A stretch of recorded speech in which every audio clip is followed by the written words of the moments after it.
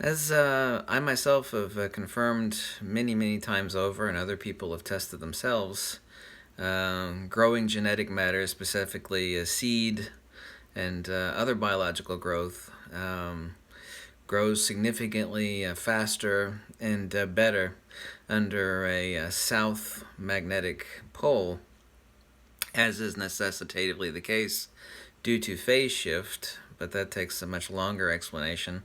I grew up being told a pile of BS when I would see videos of vegetable growers and other growers up in Alaska. As is the case, the Earth's magnetic south pole is located in the geographic north. Um, well, part of this is attributable to the extremely long exposure of during the day. You basically, the sun never sets. I mean, it will dip below the horizon for a few hours, but then it rises again. So the nights are only a couple hours long, if you want to call it a night.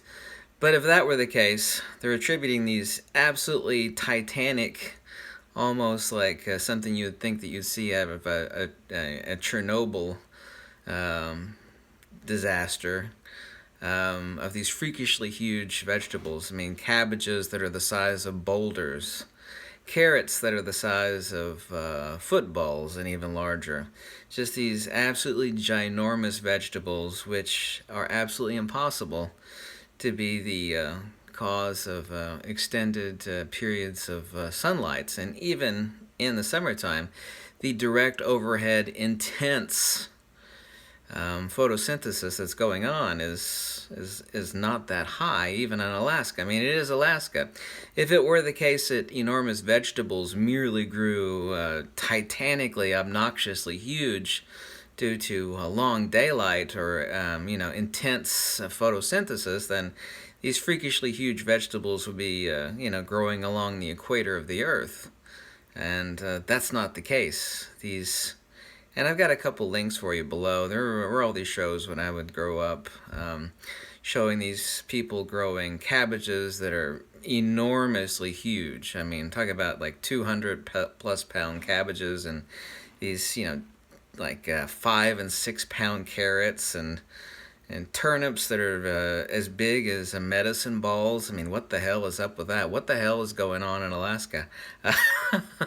Well, that's where the Earth's magnetic South Pole is located at.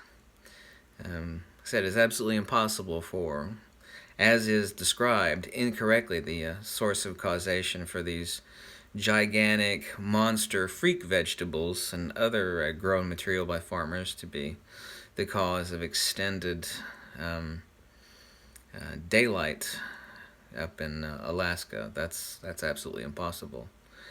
Um, It is also the case that for these countless many years, we have thought that birds navigated via magnetism, but we've known that they did navigate via magnetism, but not directly, rather indirectly. There's no animal on Earth that can see magnetism directly. These animals have cryptochromes in their eyes, and so do humans. This is why when I experiment over top of that gigantically freakish monster magnet, my eyes ache a little bit, like I've been walking on a really bright beach for a couple of hours, and you're just been overexposed with light from a bright light source. What they are doing, and this was my discovery, and I've had other people confirm that it is my discovery, that of the countless mentions over the past 20 years of knowing that avian or birds navigated via magnetism, that nobody has understood how they navigated via magnetism. We knew that the birds had cryptochromes in their eyes, and that they obviously did navigate via magnetism, but no bird can see magnetism, nor do cryptochromes actually register magnetism directly. It is the actual polarized phase shift, which occurs at a ratio of 1 to 5 relative to North Pole and South Pole, that birds, whether they see in color or not, will see a phase shift between the direction of north and south. So this is my discovery. I've established that as a fact and confirmed it, that how birds navigate via magnetism, but absolutely impossible directly via magnetism, rather indirectly. And this has always been a mystery of science.